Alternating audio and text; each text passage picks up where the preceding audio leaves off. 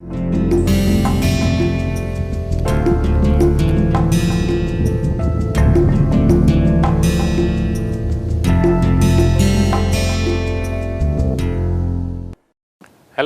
welcome to Basics of Finite Element Analysis MOOC course. Today is the fifth day of the current week, and our theme for the discussion today will continue to be the same which we were doing in the last class. That is the notion of Jacobian and how it influences and the role it has in computation of integrals of functions over an element domain. So, we had shown in the last class that the derivative of x, at least in one dimensional system, with respect to zeta is known as Jacobian of the x to z or zeta transformation, and it can be explicitly calculated using this relation, and it is symbolized in this course as j subscript e. So, dx can be written as je times d zeta, and then if I am interested in finding out the integral of fx over the domain xa to xb, then in the natural coordinate system it can be expressed in this form. So, this is the form which we will use when we will actually do the numerical integration using Gaussian quadrature scheme. Now, we still are not there at Gaussian quadrature, but we are getting close to that. But before we discuss any new topic, I will like to explain you this Jacobian by an example.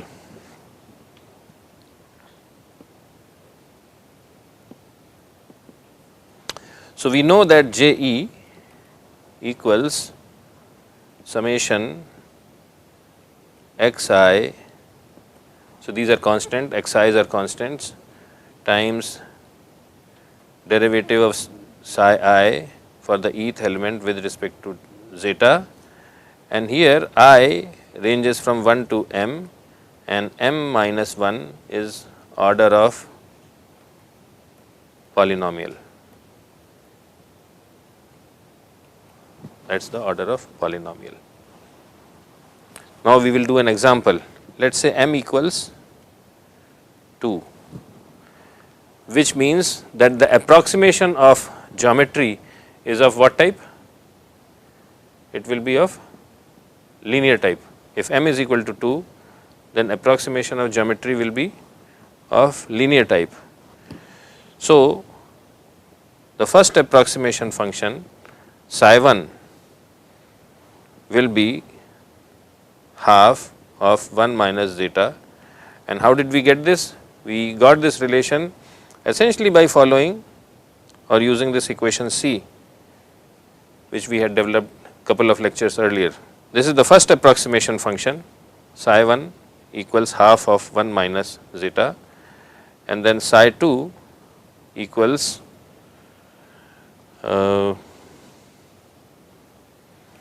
half of 1 plus zeta. Okay. So, then d psi 1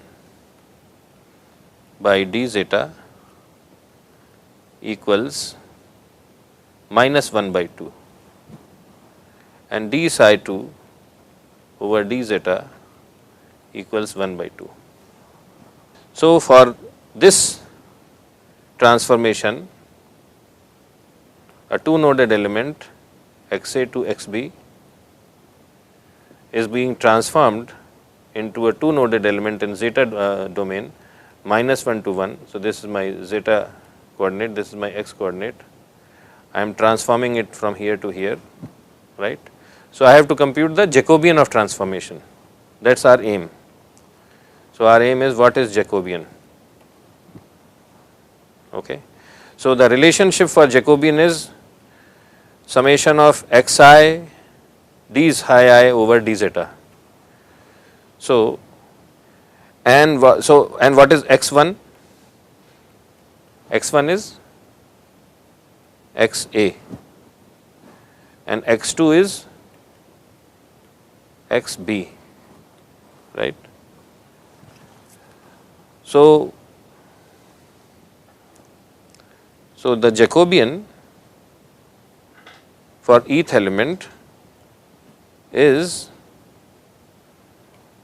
this expression, and if I expand it, it will be x1 E d psi 1 over d zeta plus x2 E d psi 2 over d zeta, and of course I have to put superscripts. So this is equal to x A times minus 1 by 2 plus x B times 1 by 2. So this is equal to x B minus x A over 2, and that is equal to h E over 2. This is h E, element length.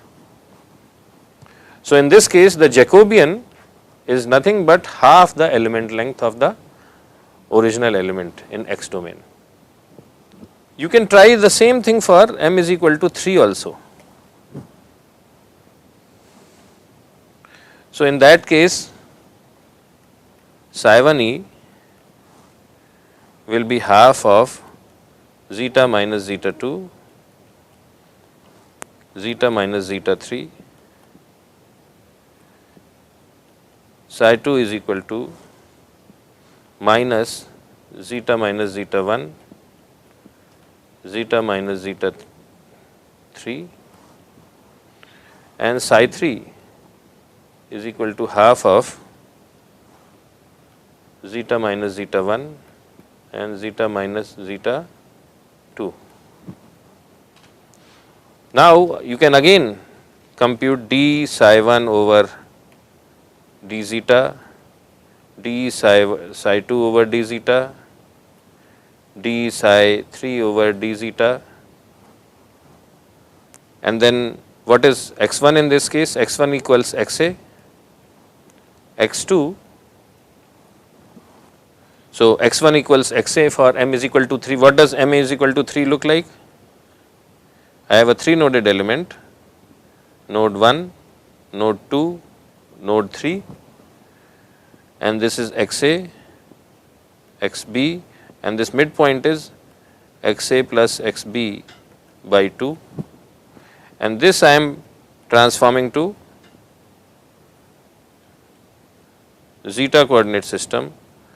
So it is -1, 0, 1, and nodes are 1, 2, and 3. Okay. So here I am calculating the Jacobian for this transformation. So Jacobian is specific to the order. Okay. So you do all these calculations. So what you will find is that Jacobian in this case is equal to x1 E d psi 1 over d zeta plus x2 E d. So excuse me, before I write this relation, x1 is xa, x2 is xa plus xb over 2, and x3 is xb, right. So now I using this, I write down the relation for Jacobian. The Jacobian is Je equals x1 d psi 1 over d zeta plus x2 d psi 2 over d zeta plus x3 d psi 3 over d zeta, and these d psi 1 over d we can calculate, we can do differentiation and we can do that. So if we plug all this in here, we will find that even for m is equal to 3, Jacobian is He over 2. I will make a very important observation for all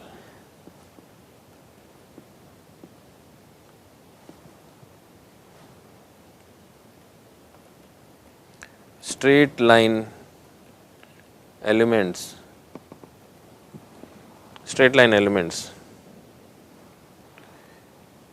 Je is equal to He over 2 regardless of m, regardless of m. But if there are curved elements involved, then J is changing. It changes from, it depends on the value of m. But for all straight elements, J is equal to He over m, He over 2. Okay, this is important to note. And you can verify this statement by doing this calculation, and you can do it for m is equal to 4, 5, whatever. You will always end up with Jacobian of this transformation as half of the length of the element. This is another concept and another observation which is worth remembering. The next concept I wanted to talk about is types of formulation.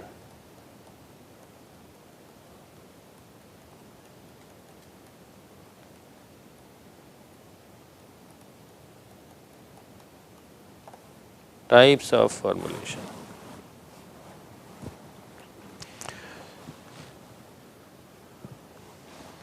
So we had said that in FEA we do two types of approximation. One is the approximation for the variable, right? So we had, for instance, if the variable is u as a function of x, then we can express it as j is equal to 1 to n uj e psi j e x. Okay. This is approximation of the unknown variable. For if there is a bar problem, then u is the unknown variable, and uj's are the values of u, they are constants, and their values of u at the nodes of the element. And then the other approximation is of geometry. So x, we have said that it is xi psi I, which is a function of zeta, I is equal to 1 to m. Okay. So let's make it a little more clear. So here summation is happening till n, and here summation is happening till m.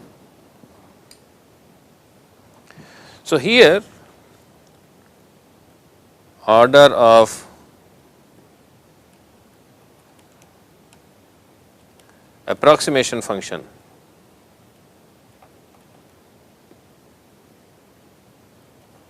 is equal to n minus 1, and for geometric approximation order of approximation function, and these functions are also known as shape functions for x to zeta transformation, they are also known as shape functions. The order of approximation function is m minus 1, right. If here m is equal to 2, then it will be a linear transformation. If m is equal to 3, it will be quadratic transformation. So like this. So there is one order of approximation function for unknown variables, and then another order for geometric approximation where the transformation from x to zeta is involved. Okay. So these are two different things, and we should not get confused. Okay, we should not get confused. So that's why they are very clearly spelled out here. But there is no rule that they have to be always different. Okay. So we can do FEA in three scenarios. So first one is if m is less than n. Okay. If m is less than n, then the FEA formulation is called subparametric formulation.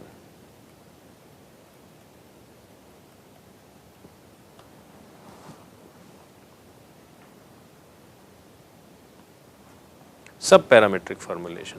Example: earlier in part 1 we had developed Euler-Bernoulli beams.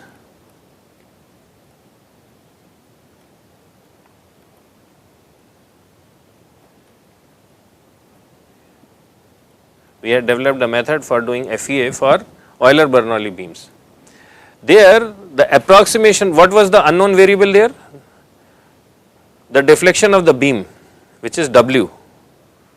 W was the unknown variable, right, and it is a function of x. There W was nothing but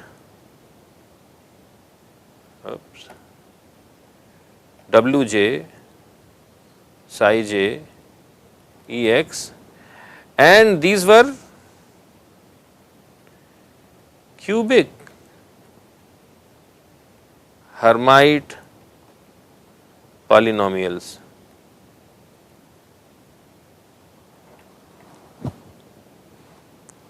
So W was a cubic function. In W we had psi j's which were cubic functions. Please go and check that. They were cubic functions, right? But x to zeta transformation, you can still have linear transformation or quadratic. So if you do this, then in this case n is equal to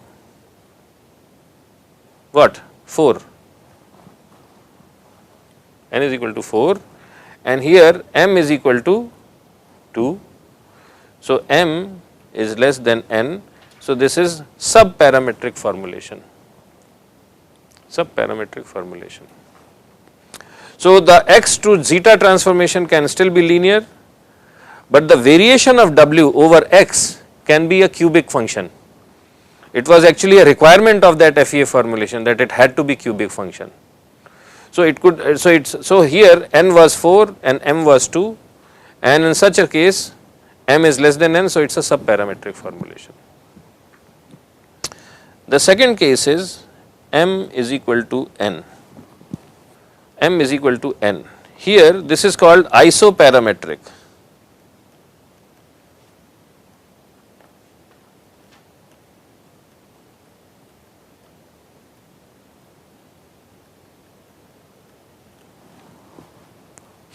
A lot of FEA is of this type, isoparametric formulation.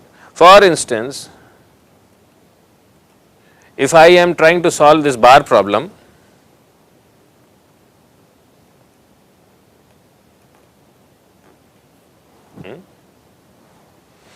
I can say that U can be linear, right, over an element.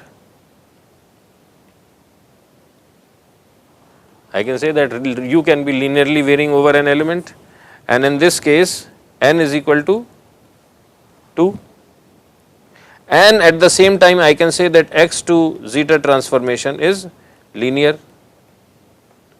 So m is equal to 2. This is one scenario. Other scenario could be that U is quadratic over element. I can assume that. Then n is equal to 3, and I can consciously choose x to zeta transformation as a quadratic transformation. There is nothing which stops me. Then m is equal to 3. So if this is the situation, then it is again isoparametric formulation, and so on and so forth. So this is isoparametric formulation.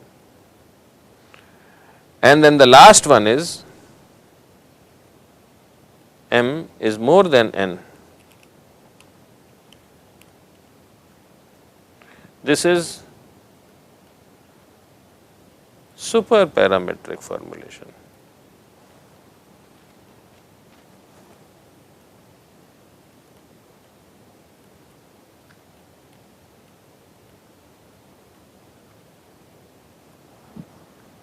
This is not used much. This is not used much, superparametric formulation. So we can have the FEA formulation and the equations developed in different ways. I can have a subparametric formulation where m, which is the approximation order for, which tells us about the approximation order for the coordinate transformation. M is about coordinate transformation. that is less compared to the degree for unknown variables. If both of these parameters are same, then it is isoparametric, and if m is more than n, then it is superparametric formulation. Now, one thing I wanted to mention in this context is that this subparametric formulation, at least in case of this Euler-Bernoulli beam, why did we do that? See, I can have this x to zeta transformation as linear, right, because you have a straight element, you can map it to a straight element, no problem. But we know that W, it varies in a very complicated way in beam. W, it varies in a complicated way in a beam. So, that is why we chose cubic Hermite polynomial. So, the requirement from mathematics side was that we have to go for cubic functions for W, because we have to make sure that for the beam there are two boundary conditions at each edge, right. One is W and also about slope, right, and associated with these boundary conditions at each location or each end could be W is associated with force times W will be work, and slope will be associated with moment. So, anyway, so the variation of, so that is about subparametric formulation. So, these are the three different types of formulation, and at this stage we can start discussing about numerical integration.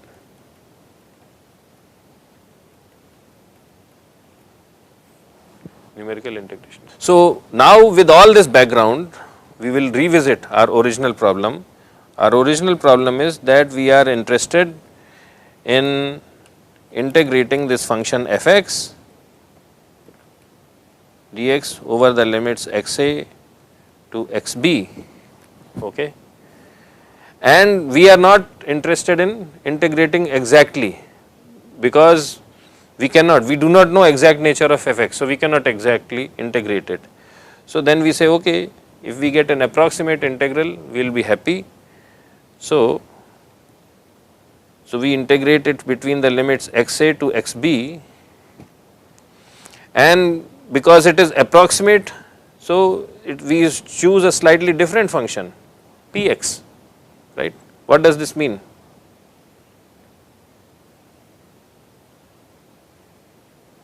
So, this is f(x), this is x, this is my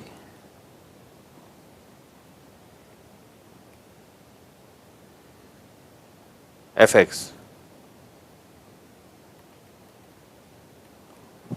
okay. I can say that I do not know how it is exactly varying, but if, so these are the limits for the element xa to xb, I can say that I will approximate the variation between a and b by a straight line. So, this is one option for p, p1x, it is a straight variation, right, linear variation. So, I will get an approximate integral, the exact integral will be under the purple line, approximate integral will be under the red line. I can make another approximation like this is another approximation. Here I am assuming that it is varying quadratically, right.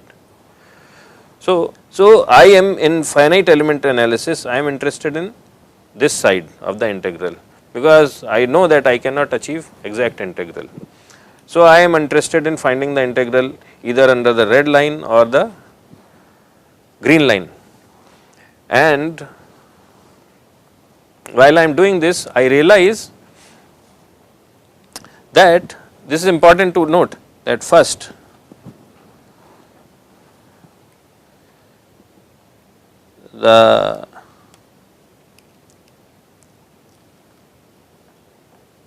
function p1 x or p2 x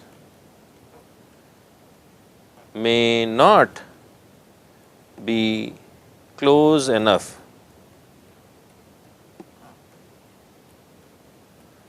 to f of x on a point to point basis.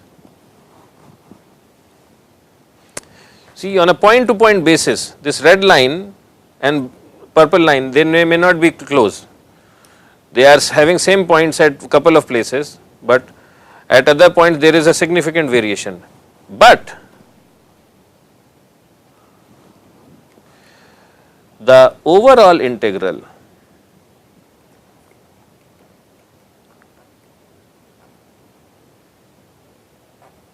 may be close because positive errors may cancel out negative errors. You understand this? Positive errors may cancel out negative errors. Let us look at this.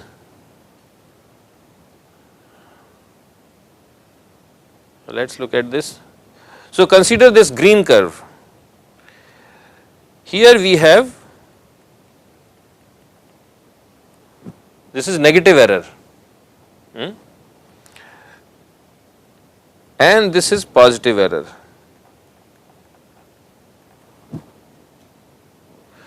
The green curve by itself may not be fairly close to the purple curve.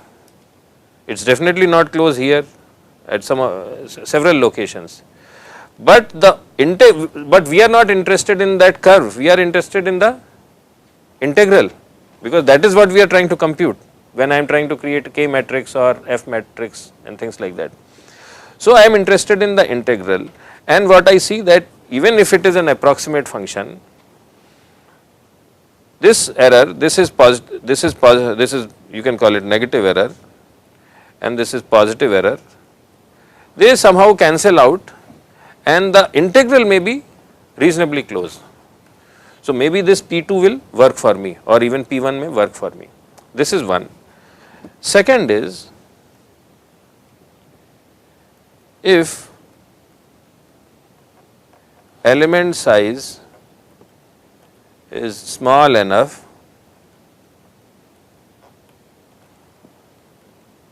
then errors become small as well.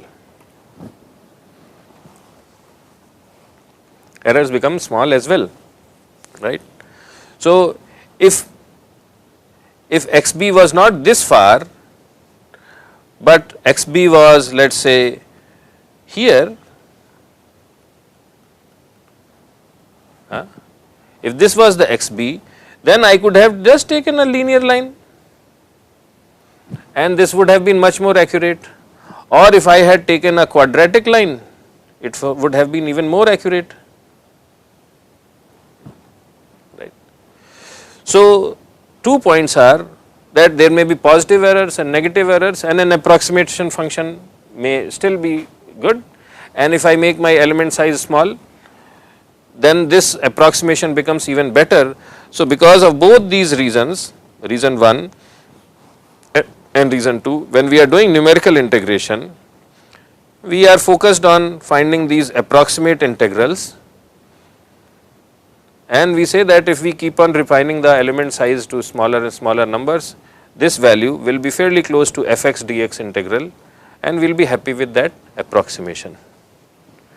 So, this is the overall theme.